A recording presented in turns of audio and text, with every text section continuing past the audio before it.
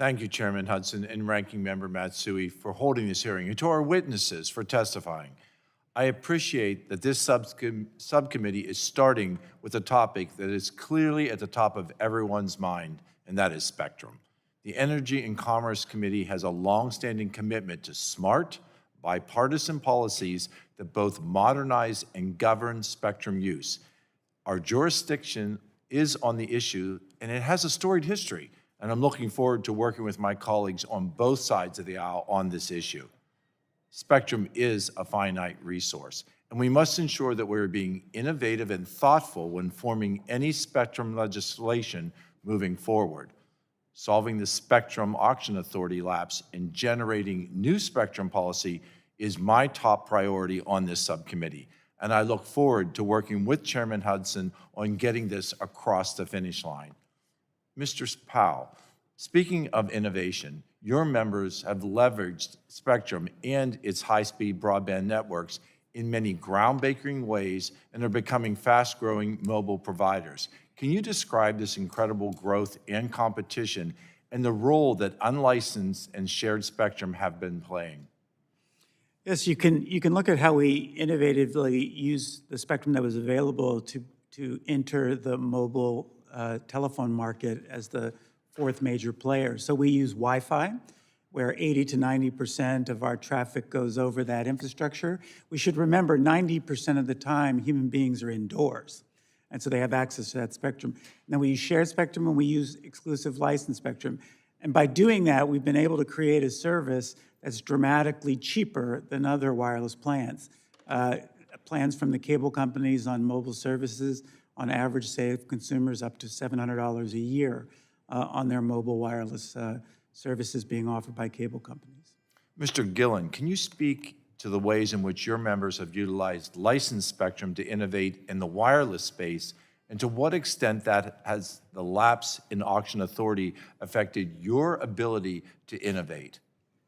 It's a great question, and I think we talked a little bit about 5G home, an example of providing the second or third choice in home broadband right now, thanks to the power of 5G home.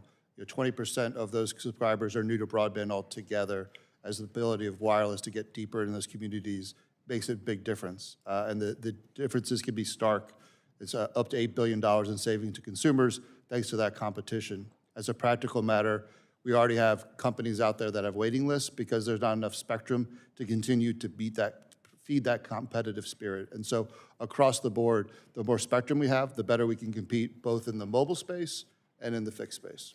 And continuing, Mr. Gillen, during the first Trump administration, 100 megahertz of prime mid-band spectrum was auctioned in the 3.45 and to 3.55 gigahertz band for $22 billion. Estimated relocation costs by DoD were over $13 billion, but according to NTIA, less than $300 million have been spent. Is that band currently operational by commercial users? And if so, are they currently operating with incumbent DoD operations?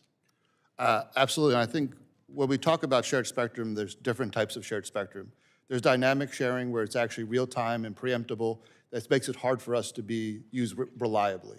There's other spectrum like you're alluding to. Some systems are moving out their government systems, some stay.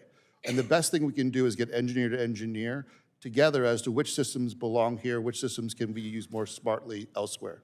And I think one of the auction you just referred to is one of those places that the money that is left over right now is earmarked for the Navy to design a better radar that could help in the drone environment. And so part of the magic of auctions is the Spectrum Relocation Fund Congress creates win-win opportunities that we can actually help the government get the tools they need for the modern warfare environment that we have now. So how do we get smarter? How do we share better? And we have a lot of tools available that we actually know can work, that both the military radars can work, and we can coexist with 5G. Do you think, Mr. Gillen, that the innovation that can occur with the United States Navy and other military is a byproduct of the additional funds that occur through spectrum auction? Absolutely. This is a key piece of the puzzle to help them continue to advance and improve what we all need them to do, keep us safe. Ms. Rinaldo, what policy priorities should Congress have when addressing developing spectrum policies in this Congress? Are there issues in spectrum with your experience, what you bring to the table that have not been addressed and you want to be seeing in this Congress occurring? So I would say first and foremost, good oversight. We need a plan, we need to implement that plan, and we need to make sure that we have oversight to hold everyone's feet to the fire. Thank you, Mr. Chairman. Again, thank you for holding this important spectrum hearing today.